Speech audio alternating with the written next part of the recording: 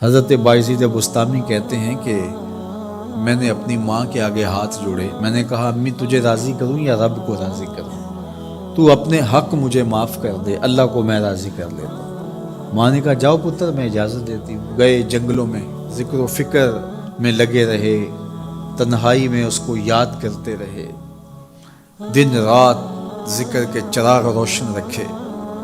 12 سال گزر گئے حق کی تلاش میں، اس بستام کے قریب سے گزر رہے تھے، خیال آیا چلتے چلتے ماں کو سلام کرتا۔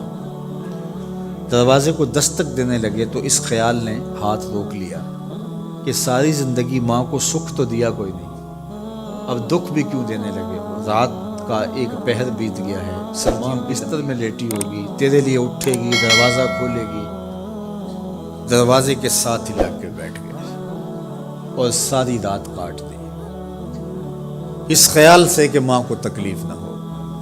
جب سحری کا وقت ہوا تو اندر سے جو نالی آتی تھی اس نالی سے پانی آیا، سمجھ گئے میری ماں تہجد کے لیے اٹھی ہے اور وضو کا پانی ہے، تو فوراً دروازے پہ دستک دی۔ اندر سے آواز آئی بیٹا بایزید میں ابھی آئی۔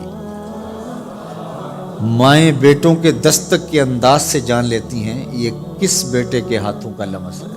12 سال کے بعد آئے، دستک دی، کہا بیٹا بایزید میں ابھی آئی۔ ماں کی تو نگاہیں ہی دروازے پہ رہتی ہیں۔ اللہ اکبر۔ کہتے ہیں کہ ماں نے دروازہ کھولا، 12 سال جنگلوں کی خاک چھانتے بیت گئی تھی، پراگندہ صورت، بکھرے ہوئے بال، پھٹے ہوئے کپڑے۔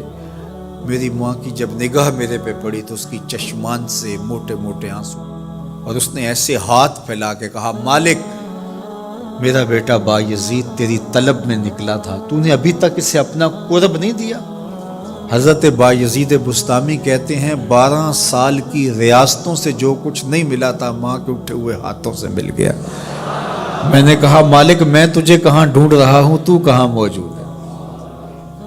تو ماں باپ کی رضا اللہ کی رضا کا دروازہ کھولتی ہے۔ جن لوگوں کے ماں باپ ناراض ہیں اور وہ جا کے پیر صاحب کی خدمت کرتے ہیں اور میاں ماں کے قدم چومو، باپ کی ٹانگیں دباؤ، ان کی خدمت کرو، تمہارے پہلے مرشد وہ ہیں، ان کو راضی کرو، پھر کسی شیخ کامل کی صحبت میں آنا، دیکھو کیسے دل کی بند کھڑکیاں کھلتی ہیں۔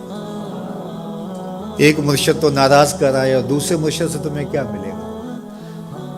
تو راستہ یہیں سے کھلے گا۔ والدین کو کبھی ناراض نہ کرو، والدین کو کبھی دکھ نہ دو، والدین کو کبھی تکلیف نہ پہنچاؤ۔ اور ایک بزرگ فرماتے ہیں کہ مجھے برابر 30 سال ہو گئے ہیں کہ میں اپنی اولاد کو کوئی حکم ہی نہیں دیا، کوئی حکم نہیں دیا۔ کوئی چیز مجھے چاہیے بھی ہوتی ہے تو میں بصیغہ امر نہیں کہتا، بلکہ ایسے ہی بات کرتا ہوں۔ پانی چاہیے تو یہ نہیں کہتا بیٹا پانی لے کر آؤ، میں ویسے کہتا ہوں پیاس لگی ہوئی ہے، تو اگر وہ سمجھ جائے اور وہ خود لے آئے تو اچھی بات ہے، لیکن اگر وہ نہ لائے تو میں نے اس کو حکم ہی نہیں دیا، امر ہی نہیں کیا، تو اس امر کی مخالفت ہی لازم نہیں آئے گی۔